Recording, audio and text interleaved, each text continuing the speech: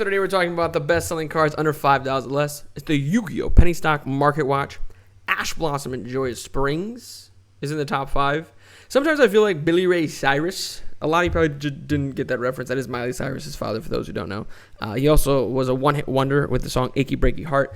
And he would open with the song, kind of do like a little quick part of the song in the middle, and then he would close with the song, right? Because he knew what the good hits were. He knew what his good hit was. And I'm going to be honest, Ash Blossom and Joyous Springs is my Achy Breaky Heart.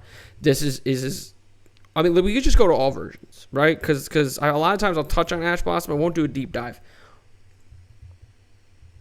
If we sort this by high to low, you still have the $20 version, original Ash Blossom and Joyous Springs from Maximum Crisis, right? And you have a lot of them that are teetering between $5 and $10. And then you have four of them, that are penny stocks. The ones that are penny stocks, you have the Shadows of Valhalla version, which is literally knocking on the door. I mean, once this damaged version is gone, I mean, honestly, the near mints are $5, right? And you have the Soul Burner structure deck, and I believe the structure deck commons are the 3 cheapest. They are, right? And for good reason, they are commons. They are the original arts as well. But near mints for the first structure deck reprint is $367. So it's teetering on $4. And we have these two here. And we go to the Beware of Trap Tricks one. And I don't remember which one was higher than the other. I guess I could just switch to best selling over here.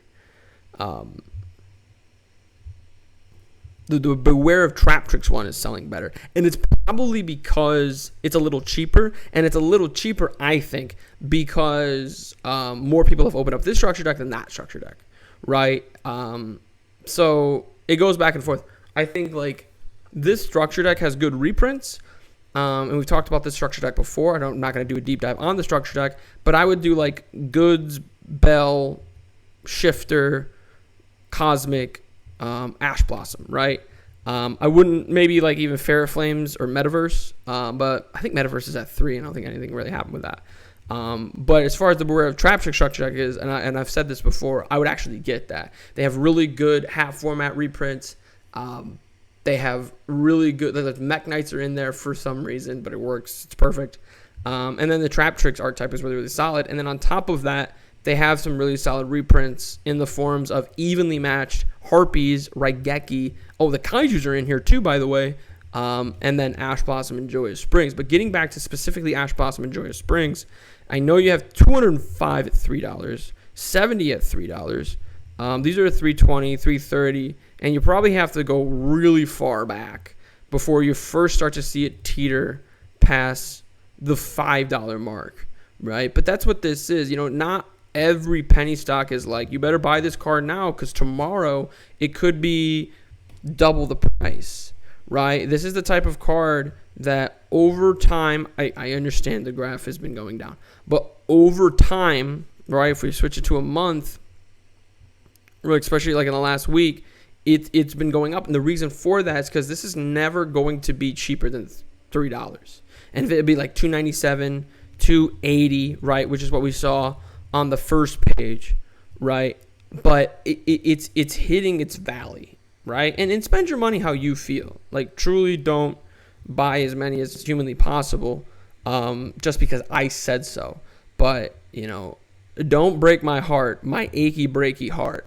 Buy Ash Blossom and Joyous Springs because every single time I feel like I do this market watch, these are 2 of the best-selling cards. I mean, look at the 4 best-selling cards. They're all hand traps. This is a great time, actually, to get into Yu-Gi-Oh! And I say that because, yeah, if you want to build like Vanquish Souls or Kashtira or Sprite Runic Evil Twin, you're probably going to spend a good chunk of change.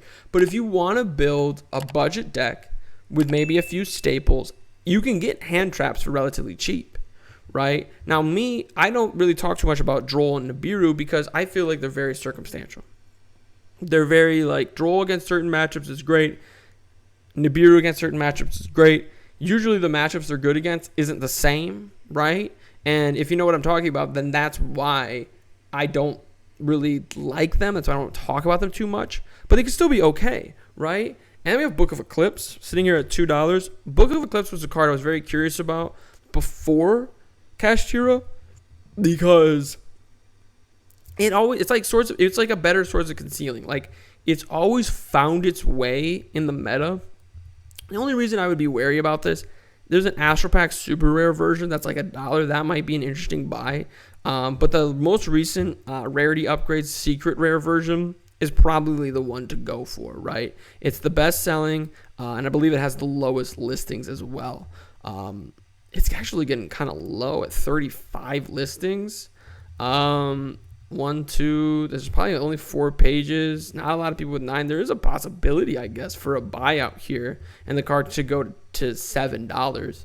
And the thing is, yes, Kashtira is probably going to get hit on the ban list. Yes, the ban list is probably going to be coming sometime soon, but Book of Eclipse has always managed to wiggle its way into the meta, or at least into the side deck, right? And will it be meta if Kashtira gets absolutely dominated and there are new best decks of the format? Probably not. But it's still a really solid card, right? When anything,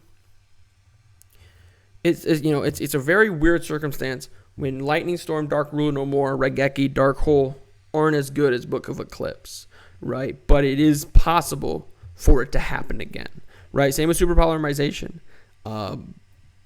Like this card, I was talking about this card getting banned plenty of times, limited plenty of times. It's been banned before. The fact that, literally, this was just a week ago in Kissimmee, Florida. Branded Chimera, branded Despia, which is a really solid strategy, actually.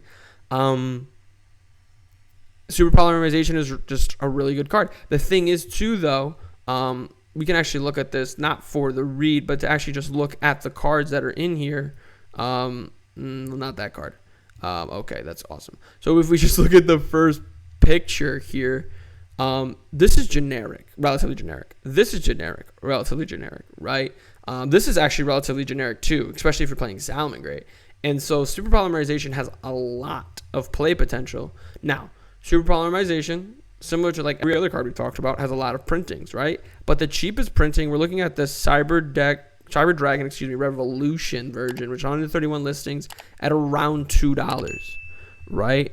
And I personally prefer the Secret. I'm curious to see if that's even, because it's not even in this group. I personally prefer, I forgot there's an ulti-rare. I prefer this version. It's not a penny stock, though, right? I guess we can take a look at the ultimate rare. I doubt that the ultimate rare is because usually the ultimate rare is, more expensive. And then you also have the Starlight rare, which is probably the most expensive version. And the quarter century rare is probably a good one to be interested in as well. We don't really do the regular market watch. We've been doing a lot of Lorcana market watches recently. But if I was doing the regular market watch, I'd probably recommend that because this card is just good. It is just a really solid card. All versions of Super Polymerization. Unfortunately, there's no alternate art, so you really just have to base off of what is the best rarity. And clearly, the one with the lowest listings right now is the common from Speed Duel, as a matter of fact. With 50, I believe that's the lowest. Actually, no, the OTS pack, that makes sense too, actually. The Super Bear OTS is there.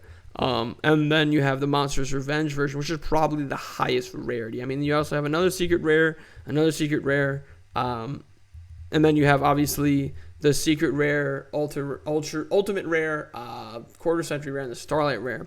But as far as like the regular Super Polymerizations that are in this group, in this page, the most recent one that came out is this. And to talk about this real quick, Battle of the Legends Monstrous Revenge. Only $60. And if we switch this over to high to low to see what are like the lottery tickets are really solid, right? And because the thing is, Bestial Rebellion, $180. You're more likely to sell this than your other average quarter century rares. Because there are some quarter century rares, even in this set, For example, actually, not really in this set, but kind of like No Punk. Even Punk is a pretty popular archetype, like Tri-Edge Master, Arms Neos, X-Dox Hydra, right? I'm not going to go too deep into the quarter century rares, but just to give you an example of what I'm talking about, that's actually really it. Those quarter century rares are good examples of quarter century rares that, okay, it says it's $80, but who are you going to find to buy it for $80? Whereas this Zeus, right, if you come in and buy this Zeus, and come out and undercut it at 160, it'll probably be gone within the day. And I understand this is the penny stock market watch, so why are we talking about Zeus? The reason we're talking about Zeus or Bitsteel Lubellion or IP Masquerena is not because of super polymerization, but it's because of Battles of Legends Monstrous Revenge. This set has a lot of really high quality cards, lottery ticket wise. And now I'm aware, right, we're at high to low right now. So if we go all the way over here to 6, I'm well aware that there are these cards here. And this is going to be your bulk stuff, right? You're going to end up with 15 copies of Caddy Corn, right? That quickly says if this card is special summoned while you control no field spell, so you can add a field spell from your deck to your hand. That's weird. If this card is destroyed by battle and sent to the card effect sent to the graveyard, it doesn't say opponents. It's interesting. You can target a field spell in your graveyard, add one with its name for your deck to your hand. Kind of works at Fire Kings. I don't know. Anyway, don't buy that card. But anyway, I mean, I guess you can if you want to. Do what you want to with your money. But the point I'm trying to make is this: I am aware you're going to be getting like 40 copies of these cards, or 50 copies, or 70 copies of Praying Mantis, right? But the fact still remains that if you spend about $60, right, on a set, right? Actually, I have to go to the first page for the set. You can get a lot of really good value. Look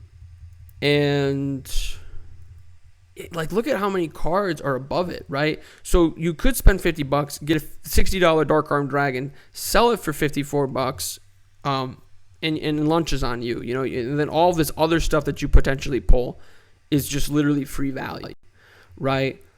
But you could also spend $60. Maybe you don't get the lottery tickets. Maybe you don't get the really big cards. But you could get Duality. You could get Azalea. You could get Zeus, right? And you could get Book of Eclipse, which you're just talking about. Super Poly, which just brought us here. Assault Synchron. I mean, honestly, if we go back far enough, we can really see, how many cards in the Yu-Gi-Oh! Penny stock verse, under $5 or less, from Battles of Monstrous Revenge. Battles of Legends Monstrous Revenge. These 3 right here, out the gate, that actually might be it. IP Masquerena, that's 4, right? Even if we go to the second page real quick, we'll still find a few. I'm not going to go too deep on the second page. But that's another one. No Punk Foxy. That's another one. Relinquished Anima. That's another one. The Water Enchantress, right? And all of that with, Soul Burning Volcano just coming out. With Duelist Nexus just coming out. There have been a lot of sets that have come out, actually, since Monstrous Revenge. And Monstrous Revenge's cards are still holding up. They're still doing great. Now, I know there's the Megatons as well, and there's a definite possibility that, because I have to look at the entire set, there's a definite possibility that the Battles of Legends Monstrous Revenge's cards will sort of coincide on accident with the Megatons. So maybe that makes you wary. But for $60 for an entire set, Battles of Legends Monstrous Revenge could be a really good buy, right? We do talk about penny stocks on this Market Watch, but I will also talk about sets that aren't, penny stocks to get the most value, right? And Battles of Legends Monsters Revenge is there. Now, real quick, because I just mentioned them, I wonder if it's even up here yet. Probably not. No, it's not up here yet. 2022 is up here. But I just get excited. The Megatons are super exciting. We'll talk about the Megatons probably a lot more. But the Megatons are some of the best value that you can find, just as a random side tangent. Anywho, I do want to take a look real quick at this card, Sleipnir Runic Mane, right? During your main or your opponent's battle phase, quick effect. You can target one phase of monster your opponent controls, banish both that and this card until the end phase. If this card is added from the main deck to your opponent's hand, if a card is added from the main deck to your opponent's hand, you can special summon a Runic token. An attack position. It's got 1500 attack and defense. It's not really that good of a card, effect-wise, but it's interesting. The effect is okay. I don't really love the effect. I'll just say I don't really think this is that great of a buy. But it has seen a lot of, like Runic Chimera, Runic for higher sprite, Evil Twin Runic sprite for higher Runic sprite. This card has found its place. It's found its mark because it is very niche. It could be really popular because this card innately is really good against Kashtira.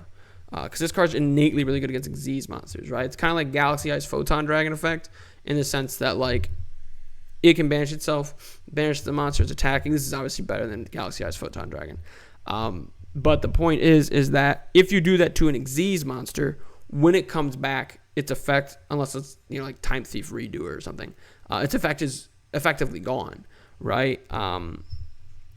And you can also do it to Shangri-La to free up spaces. Like, this card could just be really popular right now, but I don't know if it's going to be really popular going forward. I think it's hit a kind of a valley. I don't think it's getting a reprint anytime soon, at least not to mine. I know Runic stuff was in the Megatins, but I don't think every Runic card ever was in the Megatins. So it could actually be a nice buy, but Runic is another thing that you got to worry about when it comes to the Banhammer, which is why I don't think we see a lot of best-selling cards under $5 or less on the top 24 that are Runic cards just quite yet. But we might soon, which is very interesting. Last card I want to talk about is the good old Book of Moon. Book of Moon has a lot of printings, but Book of Moon's another card that has just always been meta, and if you're playing Duel Links, this as well. But this card, if you play this game for a long time, you understand that as well. And this card has a lot of printings, and if we flip this and go a lot of printings, I think there's at least 31 results. Goodness gracious. There's 2 pages of results. If we go to the cheapest one, the cheapest Book of Moon's 50 cents. That actually is exciting, right? I think this is one of the newer ones, right? Streets of Battle City. Is that the original one or the one that just came out? Battle City. Because I know a Battle City one just came out. I think this is the original one. I'm not sure. Anyway, point that I'm trying to make. Book of Moon's a good card to have 3 of, right? Book of Moon could be a great card to have a lot of. Now, when we talk about what is the ones to go for, that's why we always sort by best selling, because when we're looking for it, we can tell, okay, there's 41 listings of Battles of Legends Armageddon, and there's less listings of the Noble Knights, less listings of the promotional card, less listings of the Shadow Duels, less of the Joe's World, Yugi's World. So what is it about this? Well, it's also an ultra rare, right? And this is a common, this is a secret, and there are some cards that, even though the rarity rules state that secret rare is the highest rare, well, ultimate rare is the highest rarity, right? Quarter century rare, Starlight rare, those are the highest rarities. Some cards just look better as super rares or ultra rares, and Book of Moon could be under that category, right? As far as, this isn't a bad version either. I like the gold rare version. I think that's why this is doing so well. If we changed the filter to under $1, right, I think the El Dorado version's probably going to be your best bet. Like, if we scoot all the way down, there's actually a lot under $1. You have the Heroic Guardian one, which has the highest market price. I like gold rare Book of Moons, but I'm a little biased towards gold rares. But you have a lot of commons here under $1. And then you have the El Dorado version, right? You have the premium gold version, right? Return of the Bling. That was actually a really popular set. even though it's gold rare. But most of the ones under $1 are common rarities. Now, I'm trying to think if there's anything that there's literally everything under $1 for Book of Moon rarities are common or gold rares, right? And if I'm gonna be honest, I think there's a definite possibility, even though we don't see any gold rares up here, there's a definite possibility the gold rares could sneak up to over $1 because this is actually technically above $1, so I misspoke. So I actually like this version a lot because this is the best. This is the only non-common version of Book of Moon under $1. Right? Even this one that's teetering the line is still technically over $1. Right? I just got confused because its market price is in a weird spot. Right? But Book of Moon is definitely a fantastic card. There's definitely a lot you can do. This is a good version. It's not a penny stock, but this is a good version as well. Because just Noble Knights of the Round Table box set's a really, really good set. But just all versions of Book of Moon are fantastic buys. But like I always say, spend your money how you feel. But let me know what you guys think. What are the best selling cards under $5 or less that you were looking for? Let me know in those comments down below. Make sure you guys click that like button to show your support for the channel. Subscribe for even more content. But most importantly of all, have a good day.